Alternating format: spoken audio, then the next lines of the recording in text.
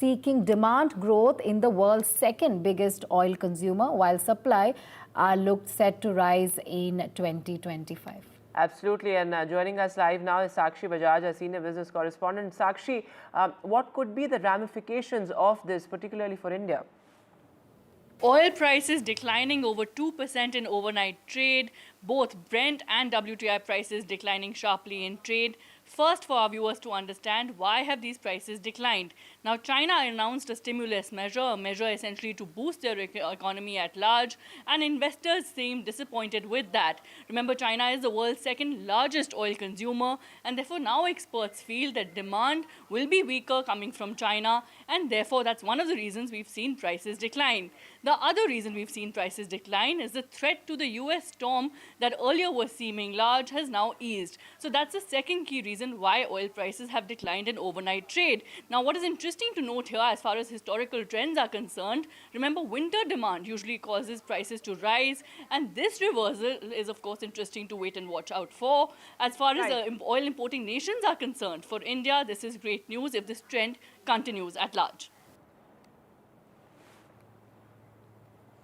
All right, let's move on now to the world of entertainment. Vedant, IFFI Goa, which is the International Film Festival of India, which is set to take place in Goa, will start on November 20th. In fact, a film festival will be showcasing global cinema. In the heart of Goa, Goa is all set to host IFFI, which is the 55th edition as far as this film festival is concerned. Better Man, a autobiographical film about British pop singer Robbie Williams will open at this film festival, Vedant. That's right, and the annual film gala, which will run through November 20th to November 28th in Goa, will present over 180 international films from 81 countries, including 15 world premieres and 3 international premieres as well. So, Radhika, pretty interesting there, this film Carnival there in Goa. Let's take a look at some reactions that have come in. Security arrangements के लिए एक review meeting वहीं old Goa venue पे हम लोगों ने किया था। एक तो कोई ऐसा एंटी नेशनल एलिमेंट्स जिनकी तरफ से कोई ना कोई इसमें मिसचीफ करने की संभावना हो सकती है, इसलिए एंटी टेररिस्ट पॉइंट से किस तरह से हम पूरे वेन्यू को और वहाँ आने वाले लोगों को सेफ रख सके, वो एक इम्पॉर्टेंट मुद्दा जिसके ऊपर चर्चा हुई। दूसरा, जो जब गैदरिंग ज़्यादा होती है इस तरह की, उसमें जो पेटी क्रिमिनल्स हैं वो भी बहुत एक्टिव हो जाते हैं और किसी न किसी तरह के छोटे मोटे क्राइम करने के इश्यूज रखते हैं। तो इसमें भी जो लोकल पुलिस की तरफ से वहाँ वेन्यू पे क्या इंतजाम होने चाहिए, और तीसरी चीज़ जो स्मूथ ट्रैफिक अरेंजमेंट्स किस तरीके से होता है कि वहाँ पार्किंग की व्यवस्था अच्छी हो। Film's only 5% of what people view. There are so many other technologies that are coming in. There's so many others. I know that short form video, only 5% of our population views film. So we have a responsibility to nurture this idea. Theatrical film is becoming less and less important. But we need to keep this idea of theatrical film. It's something that we need to nurture without actually saying that it's the only important thing. Because storytelling is everything. I can sit here and give you a 30-second video and I'll tell you a story. If I cannot tell you a story in a 30-second video, if I cannot tell you a story in 5 minutes or 1 minute, then nobody's going to remember, nobody's going to listen. All right, so it is a one-week film festival that is going to take place in Goa, Vedant. 180 international films, as you mentioned, from 81 countries. This is the 55th International Film Festival of India, and it's also set to honor 4 cinematic legends, including Akineni Nageshwar Rao, who have shaped many facets of Indian cinema. So IFFI is going to pay homage to some, legacy filmmakers as well as artists as far as Indian film industry and international films are also concerned. Raj Kapoor is also going to be honored, is what we are hearing. Some more names are coming to the fore as far as paying homage and respects to the legacy of some filmmakers and artists are concerned. Absolutely, and we've had such a rich and diverse legacy as far as cinema is concerned. In fact, as Shekhar Kapoor also pointed out, this is something that we need to nurture, whether it's theatre, the parallel cinema movement, and of course mainstream cinema. And Indian cinema is so much more than Bollywood, as many people abroad think. Now, of course, this pan-India cinema phenomenon has also emerged. So very interesting that Goa Film Festival to kick off soon.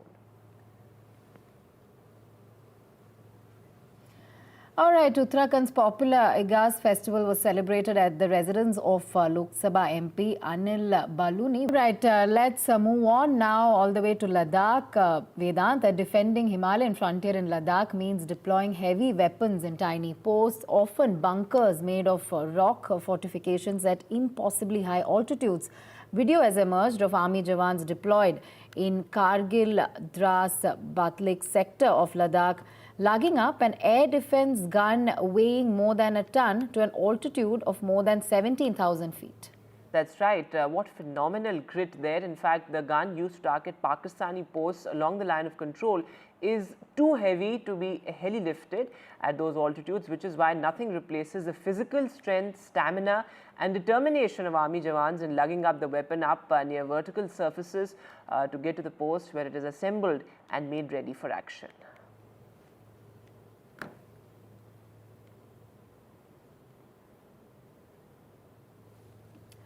All right, moving on now, again onto the world of entertainment. Mission Impossible Final Reckoning. Tom Cruise shares MI8's trailer, Vedant. In fact, this is the end of an era. Impossible made possible. Final showdown there of Mission Impossible 8. In fact, Tom Cruise's 8th Mission Impossible movie has finally been revealed along with the first trailer. The Final Reckoning is now the official title for MI8, which was originally Vedant slated to be part 2 to 2023's Dead Reckoning.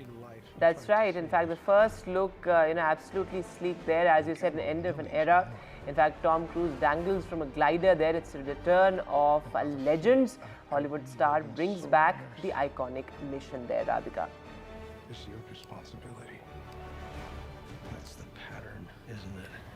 All right, that's all we have on this Bulletin of Breakfast show. We'll be back with more tomorrow. Meanwhile, news and updates continue on the other side, Vedant. Thanks so much for watching. Goodbye.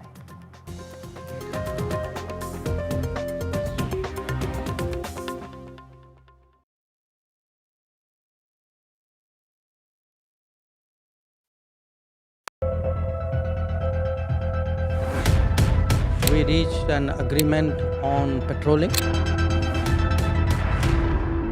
We have gone back to where the situation was in 2020, and we can say with that the disengagement process with China, you can say, has been completed. The understanding, to my knowledge, is that we will be able to do the patrolling which we were doing in 2020. NDTV proudly presents NDTV World Summit 2024, the India Century. I now request the Honorable Prime Minister to launch NDTV World and address the summit. Prime Minister Narendra Modi's inaugural session at the NDTV Summit outlined his vision for the India Century, driven by aspirational India. हमारा प्रयास होगा भारत की century सिर्फ भारत की नहीं बल्कि पूरी मानवता की जीत की सेंचुरी बने. The summit brought together prominent global leaders, highlighting India's pivotal role on the world stage. Not just Indians trusting India's leadership, but the global South especially trusting India's leadership. Permanent seat on the UN Security Council is something that should be India's right. Canada is concerned, I think there are some very specific issues. I think a lot of people know that.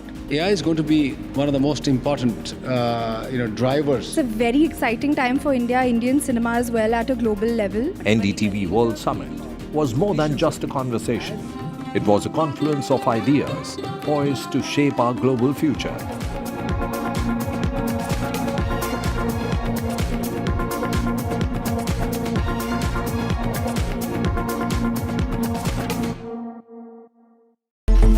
It's a web of frauds, calls, luring emails, threatening messages.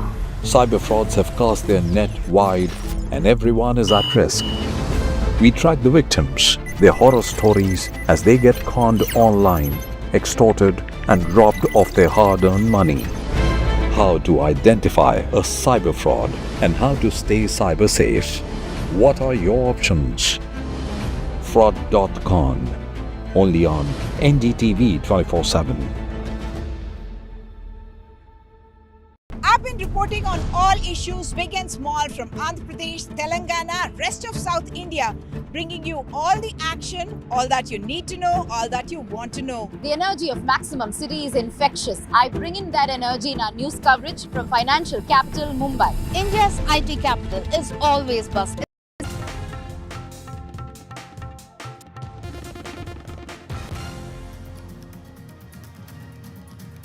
In Brampton, Canada, the Triveni Community Centre, the temple there has cancelled its planned live certificate event by the Indian Consulate, initially set for the 17th of November. And this is the Canada Consulate event that has been cancelled after a police letter.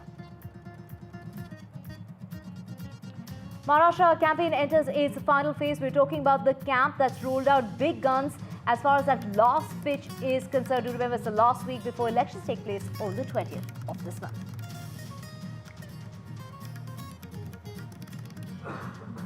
Prime Minister Modi and Home Minister Amit Shah to campaign in the poll-bound state of Maharashtra. The BJP there are intensifying its Ek Hai To Safe Hai campaign. Prime Minister is scheduled to address public meetings, which will start about 1 o'clock. He will be in Eastern Vidarbha, Solapur as well as in Pune by the evening.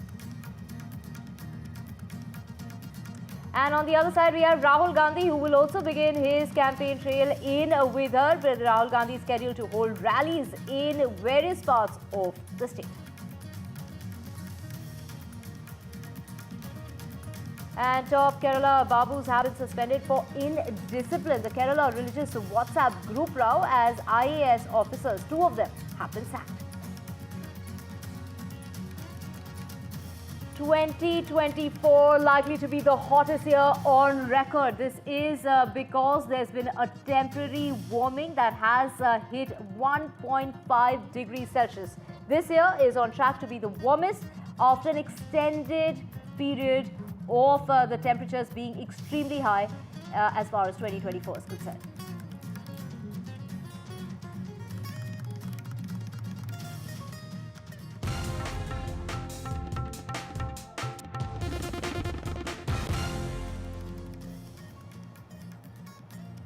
A very good morning. You're watching NDTV 24/7. I'm Divya Vadva. We have a whole lot lined up for you, including amid fears of extremely high-level violent protests. The Brampton Temple, that's the Triveni Community Centre, has gone ahead and cancelled its live certificate event that was scheduled to take place on the 17th of November. The statement by the Brampton Triveni Community Centre says, on advice of the police chief, we must make the appropriate decision to cancel to ensure the safety of the devotees, and saddened that the Canadians now feel unsafe coming to Hindu temples in Canada. That is what has been said. So the temple authorities there have decided to cancel its planned live certificate event, which had been planned for the 17th of this month. It has cancelled that event, saying that this is amidst threats. This is what the police have asked them, and they have taken this appropriate decision and this appropriate action to go ahead and cancel the event on the advice of the police chief. So now this event that was planned for the 17th, it is a lifetime event which has now, this is a live certificate event that has been cancelled. These are amid fears of extremely high level of violent protests. So high threat level as far as violent protests are concerned, and the temple demanding security for Canadian Hindus. Now, it is of course this event that has been cancelled, and it's very saddening to know that Canadians in Canada are feeling very unsafe to attend events at the Hindu temple. Do remember, this comes on the heels of the attack that took place right outside the temple. So a major move that has now been taken in regard to the temple, and the event that was planned has now been cancelled.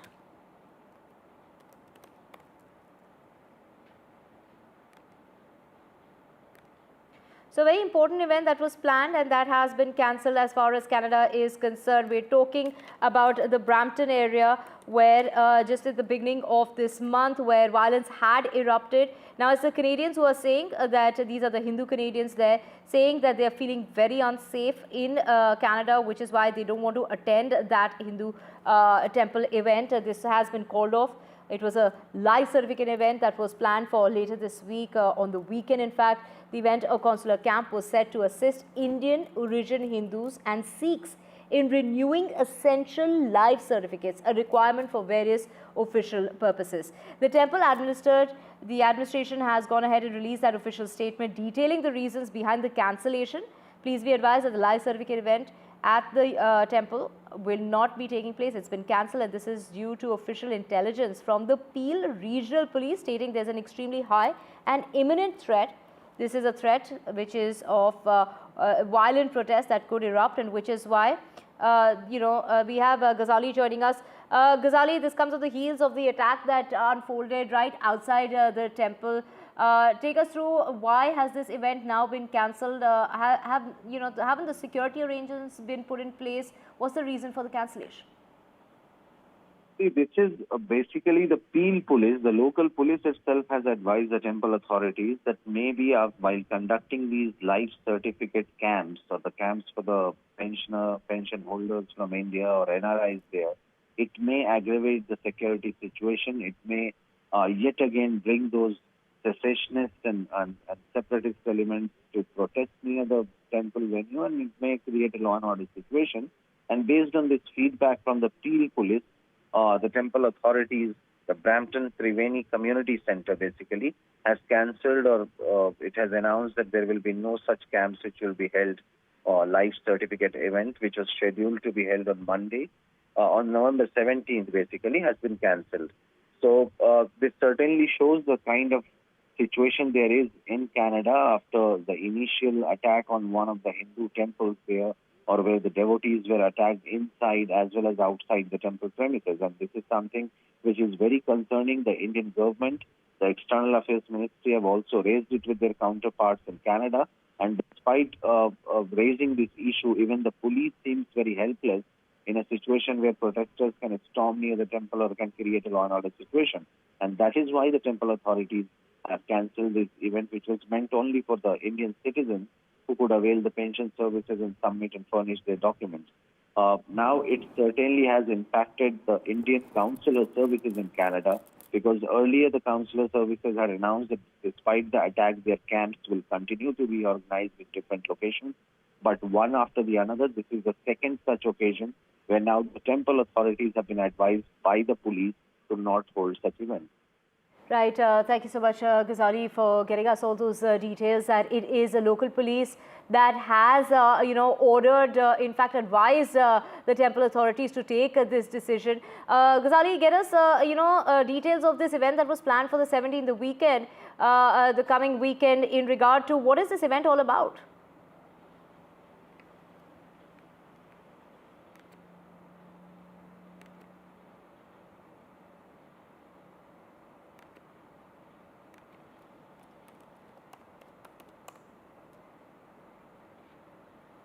We'll have Ghazali back with us in just a bit, and moving on to more news, and this is in regard to the pole-bound state of Maharashtra. The poll heat is rising as far as the state is concerned. The Prime Minister is going to be there today, so is the Home Minister and the Leader of Opposition, we're talking about Rahul Gandhi. All are set to campaign in the pole-bound state, while the Prime Minister is scheduled to hold rallies in Solapur, Pune as well as Chimur. It is Amit Shah who will be holding meetings and rallies, and that is going to be taking place in Mumbai this evening. While when we talk about the Leader of Opposition, Mr. Gandhi will be holding public meetings. He will begin with Vidarbha as well. All this in the background of campaign and war guarantees. These are the guarantees, the war between the political parties that continues in the BJP's Ek Hai To Safe Hai campaign has led to sharp criticism from the Congress party, accusing the BJP of inciting divisions in the society. The BJP, however, says the slogan is a response to Congress for allegedly engaging in divisive politics to create rifts among backward classes. We have Anuj joining us. Anuj, take us through, a lot happening in the last week. This is a run-up to the elections, which is going to take place on the 20th. The Prime Minister, the Home Minister, Rahul Gandhi, all going to be campaigning in the state today. We are officially into the last phase of campaigning here in Maharashtra. On the 18th of this month, the campaigns will officially stop. And we are seeing that the beginning of this second and the last phase has been very interesting. Today we'll have all the major leaders from both the sides, here in Maharashtra campaigning in different cities. Firstly, we'll have Prime Minister Narendra Modi, who will carry on with his campaign, where he's trying to woo the agrarian voters who were a little distant from the Bharatiya Janata Party during the Lok Sabha elections back into the into their fold, which is why he'll continue his campaign in the western Maharashtra regions of Pune, Solapur, Chandrapur. At the same time, we'll have Amit Shah, who has been in the city for some time, who will be trying to woo the North Indian and the Gujarati voters in the Ghatkopar region of the city, which is anyways considered to be a safe seat for the Bharatiya Janata Party and the alliance. But then the Home Minister will solidify the presence of the party there. Nitin Gadkari and Yogi Adityanath will take care of Vidarbha as far as the BJP is concerned, because Nitin Gadkari will make sure, is making sure that there are different constituencies and different centers in Nagpur alone where he'll pay visit to solidify the chances of Mahayuti. But at the same time, we also got Rahul Gandhi, who will be in Chhatrapati Sambhajinagar, formerly referred to as Aurangabad, where he will be, he'll start his campaign for today, and then of course will end it in the Gondia region of the state, which lies in Vidarbha region. So we can see that all of these leaders have spread themselves across the state, and they're trying to very clearly woo different kinds of voters. As far as the Bharatiya Janata Party of the Mahayuti is concerned, they are specifically targeting those rural centers, those pockets of the state which cost them the election results in the Lok Sabha elections just a few months ago. Well, at the same time, we can see that the Congress party is trying to solidify, Congress party along with the Mahavikas Aghadi is trying to solidify their presence in the places where the narrative of constitution being in danger, of reservation, and of cutting it to butting it counter, all of those things would work. And we can see that there's a clear-cut planning as far as the region selection goes for both these for both these alliances and for both these partners. At the same time, we also have Devendra Fadnavis, who has been in Nagpur, who was in Nagpur. He held a very grand roadshow there yesterday. He'll today be in the Mumbai and the close-by region. He'll be in Thane and Mumbai and Kalyan region, where he'll campaign for the Bharatiya Janata Party candidates. Right, Anuj, of course, the Maratha and the OBCs are going to play a very major role. You've been speaking to voters extensively. Which are the issues that are going to make or break as far as this election is concerned? When you talk about both the alliances, and you can just look at the manifestos provided by them, we can see that women's issues is something that is ranking up there. Be it women's safety. From Mahavikas Aghadi's end, they are prioritizing women's safety, because those are especially after the Badlapur incident and several other incidents that took place in northern Maharashtra, in Marathwada, we can see that safety of not just women but also girl child in schools has also become a priority. At the same time, after Manoj Zarange Patil's decision to withdraw from the electoral politics, we saw that the significance of the Maratha vote has increased, especially for the Mahavikas Aghadi, knowing that the vote will not be divided further on, as was the case in 2024 Lok Sabha elections as well. And that is a major concern for Mahayuti. But the Mahayuti leaders, on the other hand, are pushing very hard in promoting all the schemes that they've brought or introduced, especially in the last 4 to 5 months. And the key flagship program that they are talking about is Majhi Ladki Bahin Yojana, along with different infrastructural development projects that they had undertaken, especially in the Mumbai city, but overall across the state, be it the metro projects in Nagpur, be it the flyover construction in Pune, and of course the metro underground metro station construction here in Mumbai. But at the same time, we can see that agrarian issues will become very crucial.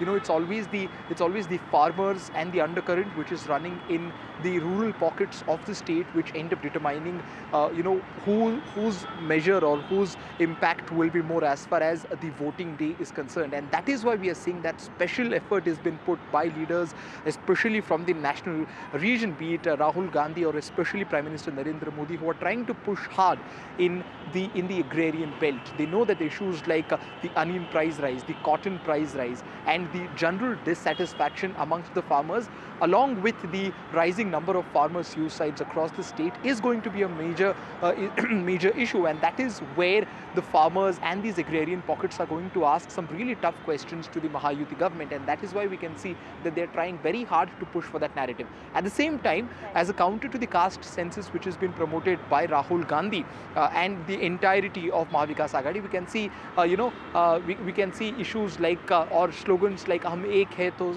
safe hai," given by Prime Minister and the overall umbrella of Mahayuti, which tries to put in place some sort of caste consolidation before the election. Right. Thank you so much, Anush, for getting us those details. We also have Maria, who is, breaking it down for us as to what the agenda for the day is, given the fact that major players are going to be in the state of Maharashtra. Maria, over to you. Yes, so this election is very, very crucial because Maharashtra elections will decide the future course of the entire debate which has been ongoing around constitution and also the caste census. The BJP has tried to counter that and try and ensure that there is a larger Hindutva arc under which various castes find their place, and that's the reason why they have come up with that slogan of Ek hai to safe hai, because they feel that that is the answer to the caste census or the reservation pitch that has been made by Mahayuti and the Congress in particular. Look, this is an important election in the sense that this is going to chart the future politics of India in many ways. During the Lok Sabha polls, that narrative did cost BJP heavily in Maharashtra. They were banking on the state. They faced a massive setback. In several parts of Maharashtra, when you travel, because I took that route along Vidarbha, traveling to this part of Marathwada because I'm in Aurangabad at present, you do sense that that anger which was palpable earlier has dissipated to a great level. Caste is a reality of Indian politics. We cannot take away caste and development. They work together. They work almost as parallel lines. And that is the reason why both the sides are going all out. While they talk about development, while they talk about guarantees, they're also talking about caste because they realize that various, let me give you an example, 28%, that's the percentage of the Maratha constituency or the Maratha vote bank in this entire region. So the Marathas, which are a powerful, influential community, can tilt the balance of power in good 42 seats in the Marathwada region. And that's why we are seeing this heavy push, almost like, the star power carpet bombing of public meetings, which is going to happen in the next few days across Maharashtra from both the sides, because they realize that this is the election. 288 battles, which are very, very localized, being fought across Maharashtra, will decide whether the debate on constitution will be continuing, whether the Congress's pitch of caste census has takers.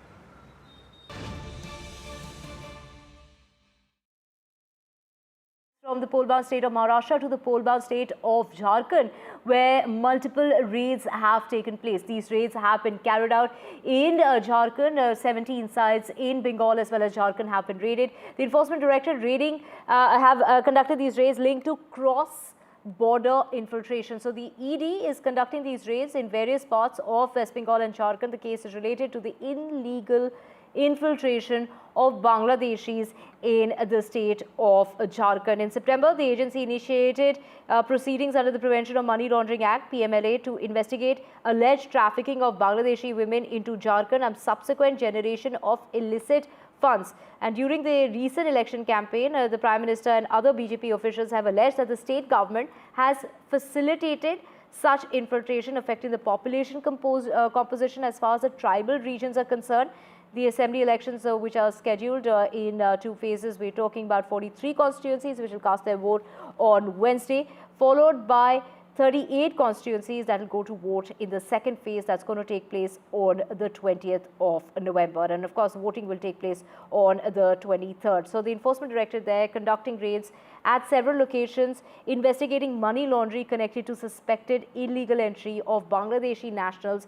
And this is the federal probe agencies that is saying that they are examining these 17 sites across both the states, the adjacent states of West Bengal and Jharkhand, saying that there has been, they've been investigating alleged trafficking of Bangladeshi women into Jharkhand and subsequent generation of illicit funds. That is what is being said, and that is what is being investigated. Do remember the Prime Minister had also spoken about this, saying that the state government has facilitated such infiltration affecting the population composition in the tribal belt and the tribal region.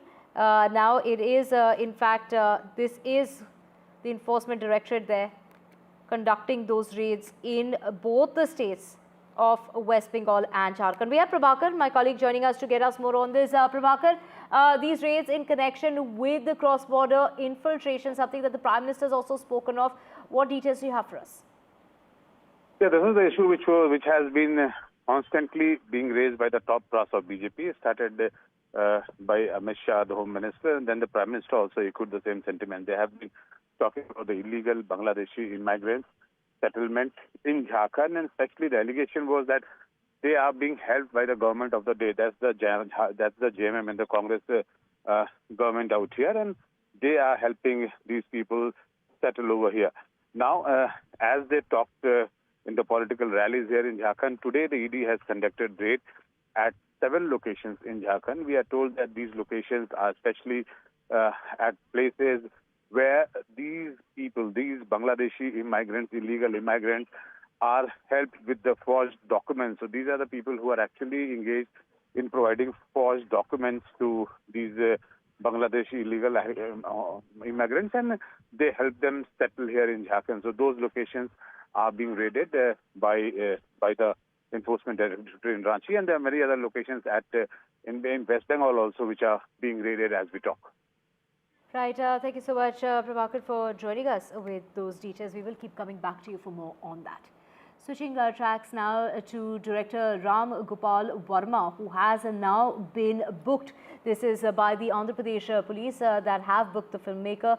They have gone on to claim that there's a case that's been registered against the filmmaker Ram Gopal Verma. The FIR has been based on a complaint by the TDP Mandal secretary alleging that the director had posted derogatory comments. So we are talking about morphed images of the Andhra Pradesh Chief Minister and the Deputy Chief Minister Pawan Kalyan. Let's just go across to Uma. Uma, what are these images and where were they posted?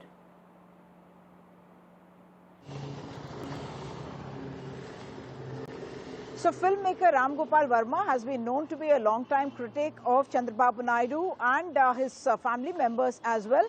And he had in fact made a film called Vyuham just before the elections and released it just before the simultaneous elections to both Assembly and Parliament in Andhra Pradesh, in which he had kind of mocked, criticized, or should I say made caricatures of Chandrababu Naidu, his son Lokesh, his daughter-in-law Brahmini. All of them were featuring in that particular film, or rather it seemed like they were being featured in that film and being made fun of. And over a period of time, he has always been a critic of Chandrababu Naidu and been seen, in fact, as a supporter of the YSRCP. And in the earlier, he had also made Lakshmi's NTR about Lakshmi Parvati, who was the wife of was wife of N.T. Ramarao. And at that time, the 1995 coup, all of that he had picturized in a film, and it was showing Mr. Chandrababu Naidu in a negative light.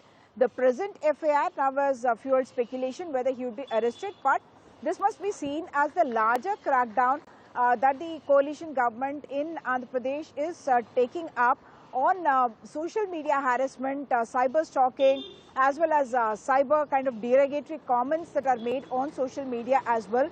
And many YSRCP activists and also some TDP activists have been taken to book for this. And some of the so-called social media influencers who are supporters of YSRCP, including an actress, have in fact put out videos publicly apologizing for the content that they had put out earlier and saying that they had done it on the directions of the political leadership of that time. And therefore, the kind of crackdown that is happening on social media in Andhra Pradesh, also taking in someone like Ram Gopal Verma. There are other people as well who are seen as celebrities, Sri Reddy and others, who may also face similar action from the government, from the law enforcement agencies, because the case has been booked under the IT Act. Back to you. Right, Uma, stay with us for our next story as well, and this is in regard to the Kerala government. They're suspending IAS officers. We're talking about 2 officers who have been suspended for violation of discipline. One for creating a religious account on WhatsApp. Let's just go across to Uma. Uma, on what basis have these IAS officers been suspended? So this was on the basis of a report that was submitted by the Chief Secretary, Sarada Muralidharan, who has found this as misconduct and violation of service rules and insubordination in the service. K. Gopalakrishnan is a 2013 batch officer who was the director, or who is the director of the Industries and Commerce Department, and he has been suspended for making allegedly religious groups, Hindu Mallu Hindu officers, and he also subsequently created something called Mallu Muslim officers, and he has in fact complained to the police, saying that his phone had been hacked and these groups had been made by others, whereas the police complaint is that he had created these groups on the 30th of October, and subsequently when some officers who were also added to the group complained or brought this to the authorities saying that this is inappropriate, that's when the cases have now been filed after an inquiry that was conducted, saying that this is divisive and not expected of officers belonging to the services. The second case is of N. Prashant, who is a 2017 batch officer and Special Chief Secretary in the Agriculture Department, and he has had a run-in with his senior and additional Chief Secretary, who had in fact reportedly given some reports on a scheme called Unnati, and some files had gone missing, and Prashant was blamed for it. And Prashant is saying that he's in fact played the role of a whistleblower by speaking out on social media against this particular officer, who he says has ruined the lives of several officers who did not follow his directives or did not listen to what he asked them to do. So in that sense, battle in fact has been set between these two officers and the establishment, but what the government is saying is that something like this cannot be tolerated, with officers violating the lines and norms and service conduct rules that is being done. But there's an underpinning political kind of a happening as well, because the case of Mr. Gopalakrishnan has been used by the UDF to target the LDF in the run-up to these elections, to Wayanad and the Palakkad and by-elections as well. And in the case of Prashant as well, a former fisheries minister of the CPM, Mercikuti Amma, has in fact said that he was responsible for putting out some documents in the public domain before the 2021 assembly elections that made it seem as though the state government had entered into a huge deal with international fishing trawlers, causing harm to the fishing communities along the coast, and that was seen to have in a sense helped the UDF prior to the elections as well. So while all this is happening, the CAT, which looks after the civil service aspirants and their problems, it has also said that there should not be arbitrary transfers and postings, and that there should be security of tenure should be granted at least for 2 years to officers. So that is something that is putting Mr. Pinarayi Vijayan on the back foot. Right. Thank you so much, Uma, for getting us those details. Now let's just switch tracks to climate change and the impact it's having. This year, the world is on pace for 1.5 degrees of warming and is headed to become the hottest year in human civilization. 2024 is on track to be the hottest year in history, with temperatures hitting shocking new highs. We're talking about the WMO, the World Met Organization, that has gone on to warn that a release report which has come on the opening day of COP29, revealing that from January this year till September of this year, the global average temperature soared that threshold of 1.54 degrees Celsius above pre-industrial levels. This alarming spike is driven by a fierce El Nino, and the relentless rise in greenhouse gas emissions is pushing our planet past dangerous tipping points, and the consequences are already unfolding. The clock is ticking as far as climate change is concerned, and the heat is only rising. And this is another SOS to the planet. The State of Climate Update confirms that 2024 is on track to be the hottest year on record, hotter even than 2023, which smashed all previous records. 2015-2024 will be the warmest 10 years on record. The pace of climate change in the space of just one generation is alarming. 2024 all set to be the hottest year. If you could take us through what factors really have contributed to this, how much is it really human activities, how much of it is man-made, and how much can we attribute it to natural climate variability perhaps? It's almost entirely human, right? As far as the natural part is concerned, there was an El Nino which ended a few months ago, and that is natural. There's still a debate about whether El Ninos have become stronger or more frequent, but let that debate be for the moment. Why I said that it's largely human is that the underlying factor is a relentless increase of greenhouse gases in the atmosphere, which trap the heat energy equal to roughly 9 Hiroshima bombs every second. That is, say, in about a half an hour program, greenhouse gases will have trapped the heat of 16,000 Hiroshima bombs or 7.7 lakh every single day. And that is completely human caused. And, if you take the last El Nino in 2016, the fact is it was a stronger El Nino than this one currently, but yet the planet was not as warm then as it is now. And it's really worrying that we've sort of crossed 1.5 in this calendar year for the first time in human history. And this report that you're discussing, the WMO report, does say correctly that it's only 1 year. But if you take sort of averages are calculated over a 20-year period, and therefore we can't say that we yet crossed 1.5. However, the problem is that once you reach these levels, it's very difficult to climb down again. After the last El Nino, we came down only by about 0.1 degrees Celsius. So what it implies is that we are set for a very high level of warming for a very, very long time. Absolutely. And Mr. Adve, as you pointed out, that it's almost entirely man-made, this climate change crisis, and we need to act now. But, looking at how it impacts us as a society and, of course, as members of humanity, more often than not, it's those people who are least responsible for climate change that have to suffer the most. And that sort of inequity is something that's extremely concerning. I think you've caught one core of the problem, which is the different ways in which working people, working women, those who work outdoors, construction workers, radies, those who sell us fruit and vegetables, etc., home-based workers, domestic workers, etc., get impacted. Farmers and agricultural workers get impacted by climate change the most. There's a very deep inequality, which was actually pointed out in the recent Lancet report when I was last on your program a few days ago. About how the inequality is affecting human health and so on, in a very deep level inequality both between countries but also within countries. The worrying fact is that the level of warming that we've seen this year in 2024, in which it was utterly relentless. There were like 40 days of warming in Delhi above 40 degrees Celsius. Now, the fact is that it's quite also true that mortality from extreme heat has sort of possibly declined a bit because of the introduction of heat action plans, etc.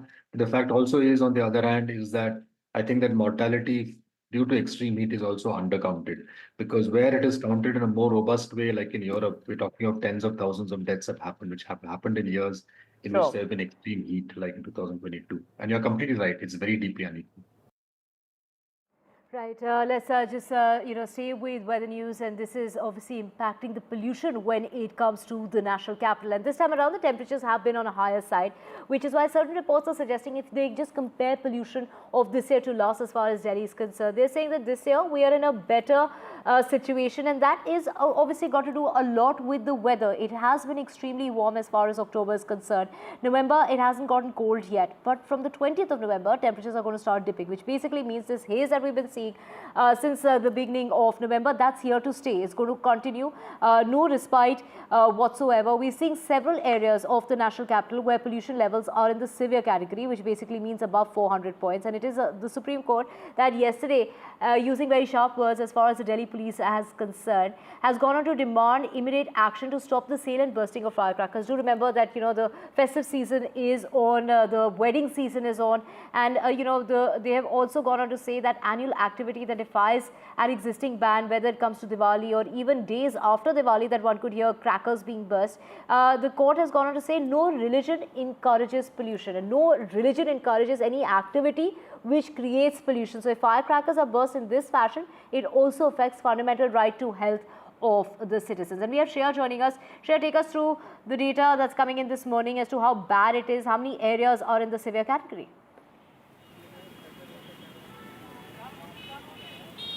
Well, Divya, we know that the air quality index has been consistently in the very poor category. Today also we know the AQI, overall AQI is hovering somewhere around 335, which is very poor, and some of the densely populated areas like Anand Vihar, Jahangir Puri, Muntka, these densely populated areas have recorded over 400 AQI. And it's important that we talk about the main culprits, which is of course the increasing vehicular emission, which is contributing to the pollution levels in Delhi. Although it's a misconception that people think that it is increasing farm fires, although it does contribute to Delhi's air pollution by just 4%. And yesterday we have seen over 700 farm fires being reported in Punjab itself. But it is not just farm fires, and we cannot keep on blaming the farmers because they are the ones who do not have access to the high-level functioning machinery. They are not given incentives. So blaming the farmers is not the solution. It's important that we take clear-cut ownership and accountability. And that is why the Graded Response Action Plan Stage 2 has been implemented, wherein it clearly reiterates that people should use more of public transport rather than private to reduce the vehicular emission. And for that, we have seen some of the areas, the parking fee has been spiked up, and also there has been strict enforcement on pollution under control. And we have breaking news coming in at the moment, and this is in regard to actor Shah Rukh Khan. The person responsible for that threat that was made to the superstar, this was a threat that was received by the Mumbai police. That person has now been arrested. We have my colleague Radhika joining us. Radhika, what details do you have of this suspect who has finally been taken into custody? That's right. We know for a fact that there was a threat call received by the Bandra police, which was directed at Shah Rukh Khan, and this threat call was received from Raipur. Now, what we're learning is that that suspect has been arrested. Faisal Khan has been arrested this morning from his residence in Chhattisgarh in Raipur. In fact, Mumbai police had reached the place, reached the residence with a transit remand, and now, of course, he will be produced at a district court this morning is the information that we are getting. In fact, he was ready to cooperate with the police, is something that the Mumbai police officials are saying. In fact, what we're learning is that as per the family members of Faisal Khan, this man was getting a lot of threats for the past 2 days. Therefore, he decided to sort of present himself before the police. Now, of course, an arrest has been made by the Mumbai police in coordination with the police in Chhattisgarh as well. And now this man will be produced before the court. Transit remand is something that will be sought, and that's the information that we're getting. This is, of course, in connection to the death threat received by Shah Rukh Khan. In fact, this death threat was received by Bandra police, and it was directed at Shah Rukh Khan. He was asked to pay up a ransom and was threatened by this individual, Faisal Khan. What the motive behind is a matter of investigation at this point. Right, Radhika, what was really demanded in that threat message or threat call was 50 lakh rupees was demanded. A very similar fashion to what we are seeing with superstar Salman Khan as well. Demands of money are being made from 2 crores to 5 crores as far as Salman Khan is concerned, who's got over 5 threats so far. Last year also, Shah Rukh Khan, his security was beefed up, and this is in regard to after the success of his 2 films, and apparently even then he had received threats. That's right. Shah Rukh Khan's security was also beefed up. We know for a fact that Salman Khan had received multiple threats. The firing that happened outside his residence, and post which, of course, Baba Siddiqui murder, after which security at Salman Khan's residence office have been enhanced. But despite that, multiple threats being received by Salman Khan, and in addition to that, Shah Rukh Khan also received threat last week.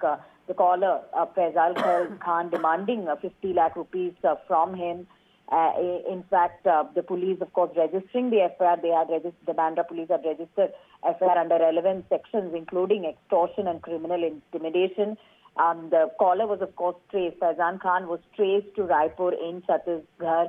Teams were dispatched, and now this man has finally been arrested. Does he have any connection to any of the gang members, including Lawrence Bishnoi? That is a matter of investigation. Or was it a prank call, or was it a mischief call that was made by this man?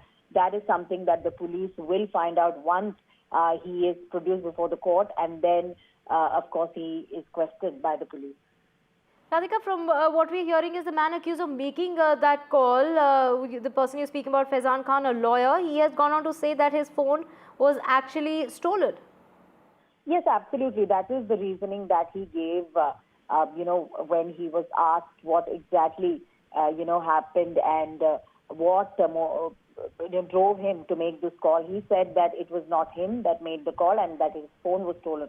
Whether it is indeed true, that is, of course, a matter of investigation. Whether it was used by somebody else and mischief played on him is something that the police is yet to find out. But at this point, of course, the breaking development is that this man has been taken into custody, will be produced before the court, after which, of course, things will become clear as to what exactly transpired and what led him to send that message or to make that was it somebody else who used his phone to make that call, and whether he has any sort of connections to Lawrence Bishnoi gang, or was it done with any other intention. So that is a matter of investigation at this point. But this man, Faizan Khan, has been arrested by the Mumbai police.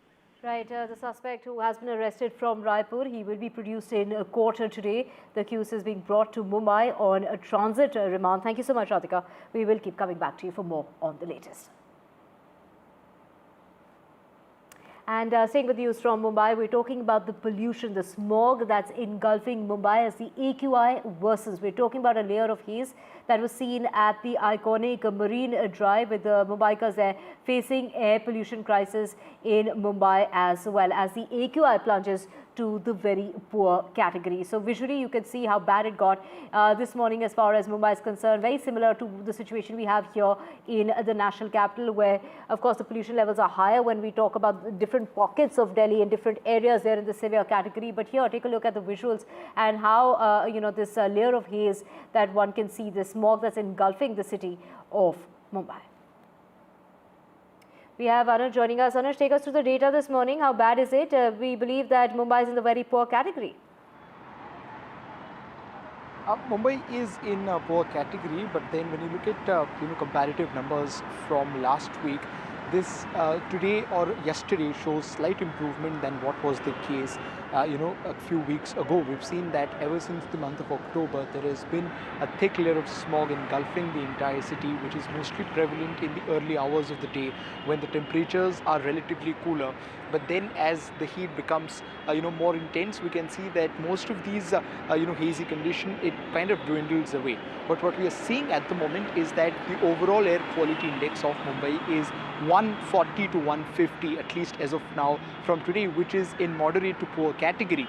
But a more striking feature of this data is that now, earlier it used to be more prevalent in certain pockets of the city, right? Be it the region of North Mumbai, be it the Navy Nagar in Kolaba, be it Andheri, or certain pockets in the northern suburbs. But now we are seeing that across the city, the pollution levels are coming up to a certain level, and that may not necessarily be a very good thing, because the highest amount of pollution can be recorded in the month of December and January, when it will be even more cooler than what is the case at the moment. And with the winds, with the coastal winds becoming slightly thicker and heavier, the movement of those winds will become a thing of concern. And if they are doubled with dust, if they are doubled with pollutants and dust particles, that will create more concerns. We've also seen that many residents here in the city have complained about illnesses which has to do with lungs. There have been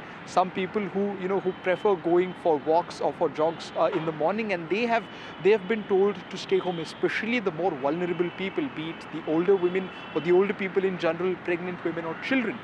So yes, the situation is in moderate to poor category, but there has been a slight improvement from last week, but one can expect it to worsen further on as we inch closer to December and January. Right. Thank you so much, Anuj. We will keep coming back to you for more on that. For now, we're slipping into a very short break. Back with a whole lot more on the other side.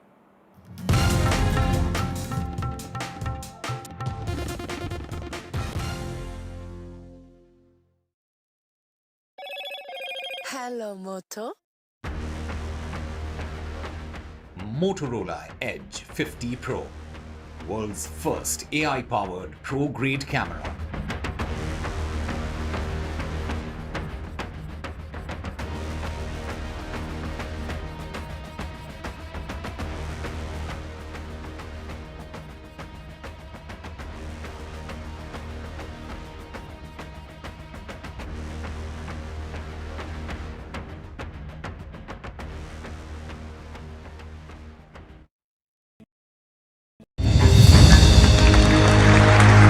I now request the Honorable Prime Minister to launch NDTV World and address the summit.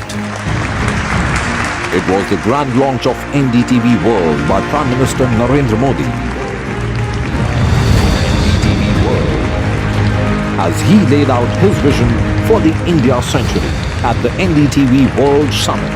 ऐसी सदी जिसमें भारत के प्रयासों से दुनिया में स्थिरता आए, In the presence of those who are shaping our future. मेरी तरफ से आपको ढेर सारी शुभकामनाएं हैं। NDTV World, your new home for global news is here.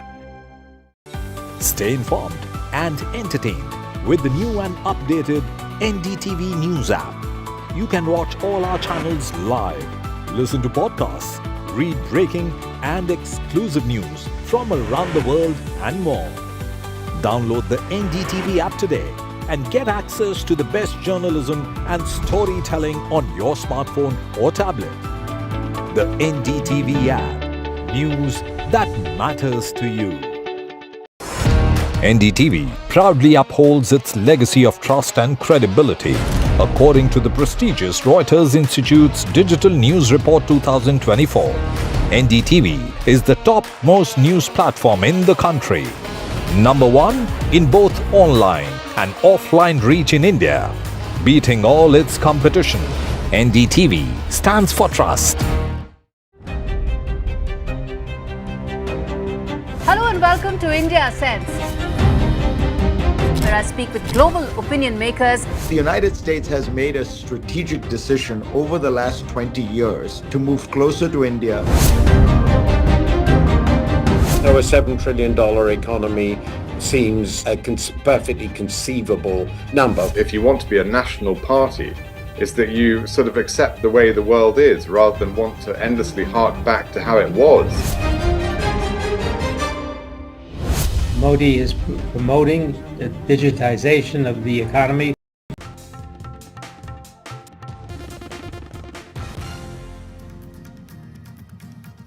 Welcome back. Let's get you the latest from Canada. And amid fears of extremely high level of violent protests, an event that was planned in Brampton in the temple there. We're talking about the Triveni Community Centre that has gone ahead and cancelled that live certificate event that was to take place on the weekend on the 17th of November.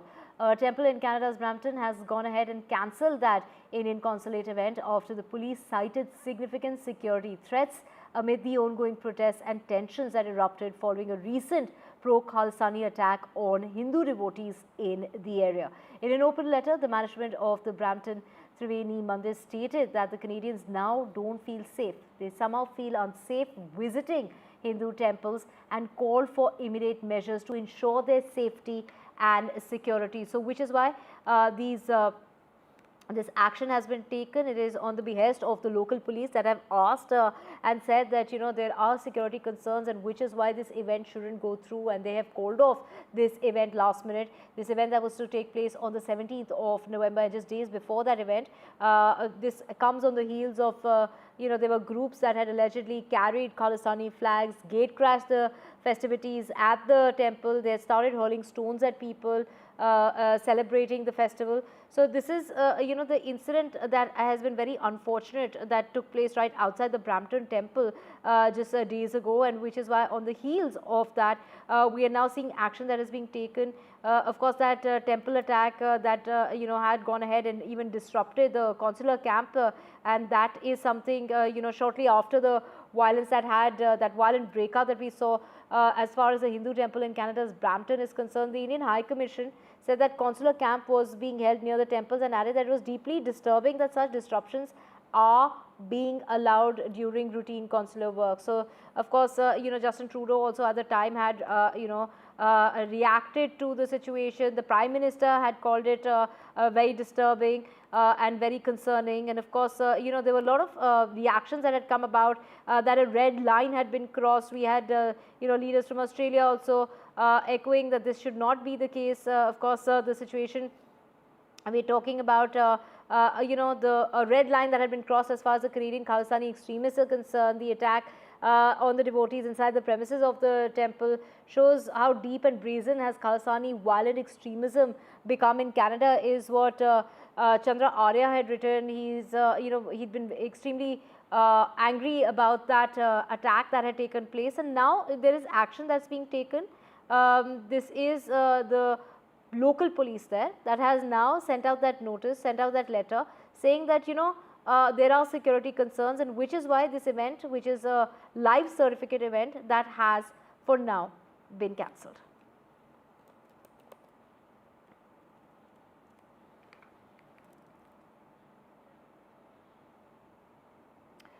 So this event in Canada that has been cancelled, this is the temple there that was going to be holding this event, and now this of course amid fears of an extremely high level of violent protests. That is what has been said. So the event, that consular camp that was scheduled to take place over the weekend, where Indian origin Hindus and Sikhs could renew essential life certificates, has been cancelled. And we have Vishnu joining us. Vishnu, take us through this action that has been taken, keeping in mind the attack that took place just a few days ago.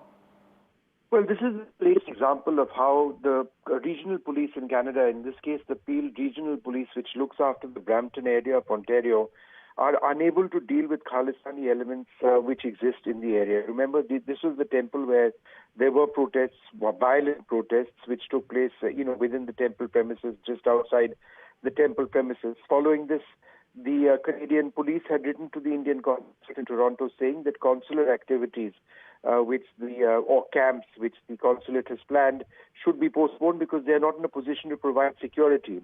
The letter that we now have shows two things. One, there are two letters. The first letter shows that the police, the Peel police, reaching out to the temple management and saying that, look, we'd be very grateful if you postpone this for the moment because of a law and order concern. The second one is the response of the temple management, where they say that they're extremely saddened by the fact that Canadians now feel unsafe coming to Hindu temples in Canada, and that they rely on Peel police to address the threats being circulated against the Brampton Triveni Mandir and provide security guarantees to the Canadian Hindu community and the general public. So this is, just an example of the tensions which exist in Brampton, where Khalistani extremists or supporters of the so-called Khalistani cause exist and continue to cause basic law and order problems. Right, right. Thank you so much, Vishnu, for joining us with those details. Now, switching tracks from Canada to the United States, and the most significant appointment yet for India from the incoming administration of President-elect Donald Trump, who's announced Mike Waltz, a congressman from Florida who is a co-chair of the India caucus, as his new national security advisor. He's been a forceful critic of President Joe Biden's foreign policy. He has raised and praised Trump for pushing NATO allies to spend more on defense, but unlike the president-elect, has not suggested the US pull out of the alliance. Trump has also picked Stefanik, a critic of the United Nations and a hawkish supporter of Israel, as his ambassador to the United Nations.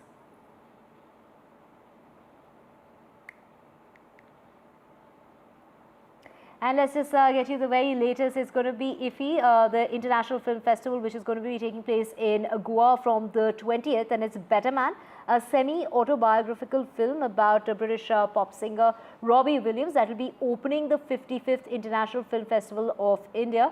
It is a festival that will start on the 20th and, it will carry on till the 28th of November in Goa. It's going to have 180 international films that are going to be shown during those 8 days from 81 countries, including 15 world premieres. And we're talking about over 100 Indian films that are also going to be showcased during that event. And this is the 55th International Film Festival of India that's set to honor cinematic legends, including A&R, amongst others.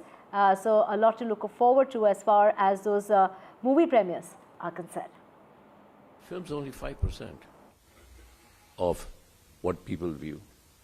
There are so many other technologies that are coming in. There's so many others. I know that short form video, only 5% of our population views film. So we have a responsibility to nurture this idea. Theatrical film is becoming less and less important. But we need to keep this idea of theatrical film. It's something that we need to nurture without actually saying that it's the only important thing. Because storytelling is everything. I can sit here and give you a 30-second video and I'll tell you a story. If I cannot tell you a story in a 30-second video. If I cannot tell you a story in 5 minutes or 1 minute, then nobody's going to remember, nobody's going to listen. Security arrangements के लिए एक review meeting वहीं old Goa venue पे हम लोगों ने किया था। एक तो कोई ऐसा एंटी नेशनल एलिमेंट्स जिनकी तरफ से कोई ना कोई इसमें मिसचीफ करने की संभावना हो सकती है, इसलिए एंटी टेररिस्ट पॉइंट से किस तरह से हम पूरे वेन्यू को और वहाँ आने वाले लोगों को सेफ रख सके, वो एक इम्पॉर्टेंट मुद्दा जिसके ऊपर चर्चा हुई। दूसरा, जो जब गैदरिंग ज़्यादा होती है इस तरह की, उसमें जो पेटी क्रिमिनल्स हैं वो भी बहुत एक्टिव हो जाते हैं और किसी न किसी तरह के छोटे मोटे क्राइम करने के इश्यूज रखते हैं। तो इसमें भी जो लोकल पुलिस की तरफ से वहाँ वेन्यू पे क्या इंतजाम होने चाहिए। और तीसरी चीज़, जो स्मूथ ट्रैफिक अरेंजमेंट्स किस तरीके से हो ताकि वहाँ पार्किंग की व्यवस्था अच्छी हो। And defending the Himalayan frontier in Ladakh means deploying heavy weapons in tiny posts, often bunkers made of rock fortifications at impossibly high areas. These are videos that have emerged of the army jawans deployed in the Kargil Dras sector of Ladakh, lugging up an air defense gun weighing more than a ton to these heights, over 17,000 feet we're talking about here. The gun used to target Pakistan posts along the line of control is too heavy to be heli-lifted at those areas, which is why nothing replaces the physical strength, the stamina and the determination of the army jawans in lugging up the weapon.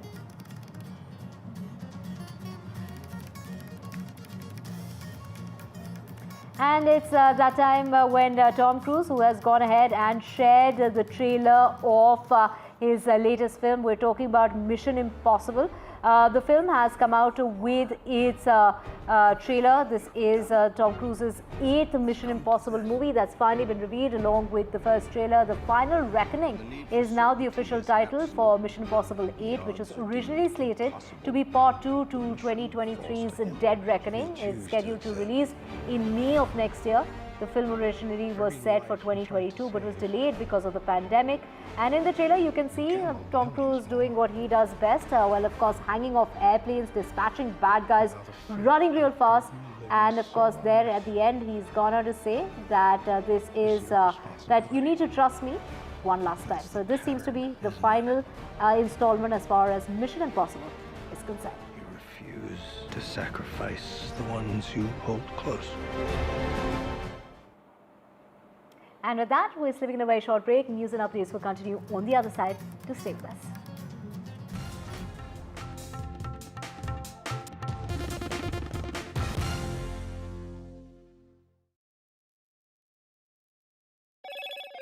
Hello, Moto.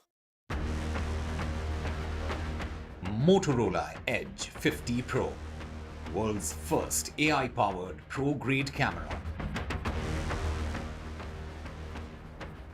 And the social media message of the day is by Prime Minister Modi, who has gone on to say, glad to meet Russia's first Deputy Prime Minister. Happy to see that teams on both sides are working together to implement decisions taken during the recent visits and meetings with President Vladimir Putin to further strengthen the special and privileged strategic partnership between India and Russia.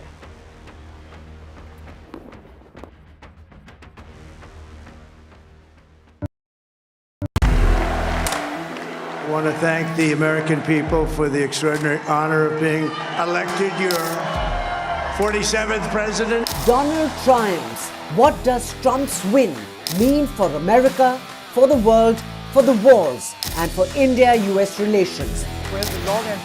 Non-stop coverage on NDTV. Top analysts and voices from the ground. Extensive coverage on NDTV.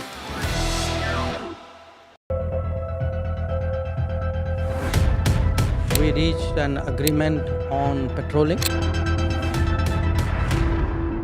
You know, we have gone back to where the situation was in 2020, and we can say with that the disengagement process with China, you can say, has been completed. The understanding, to my knowledge, is that we will be able to do the patrolling which we were doing in 2020.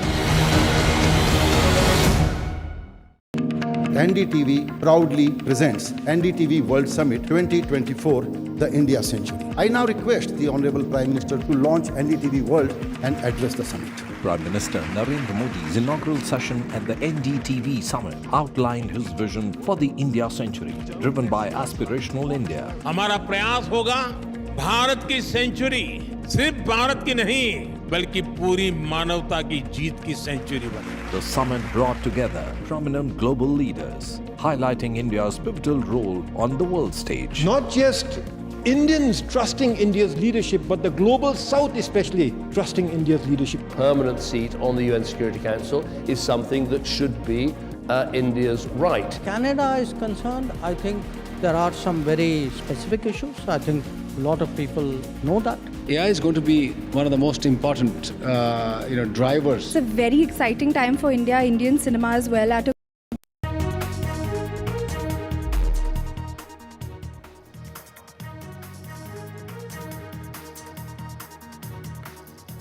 Man accused of threatening Shah Rukh Khan has been arrested. Police has said Mohammad Faizan Khan, a lawyer, was arrested from his residence in Chhattisgarh, Raipur, is what we're being told at the moment.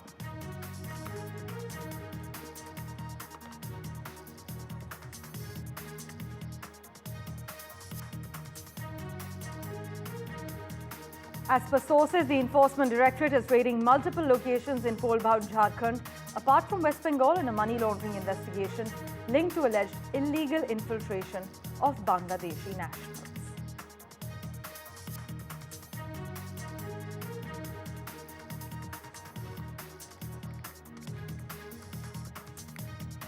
Maharashtra campaign enters the final phase in Maharashtra. Both camps roll out their big guns in a last-ditch effort.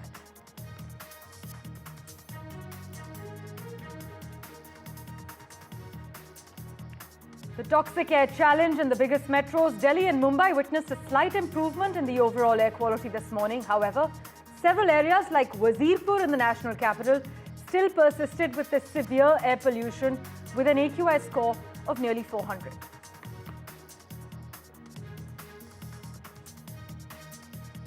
Amid fears of an extremely high level of violent protest, the Brampton Triveni Mandir and Community Centre has cancelled a life certificate event.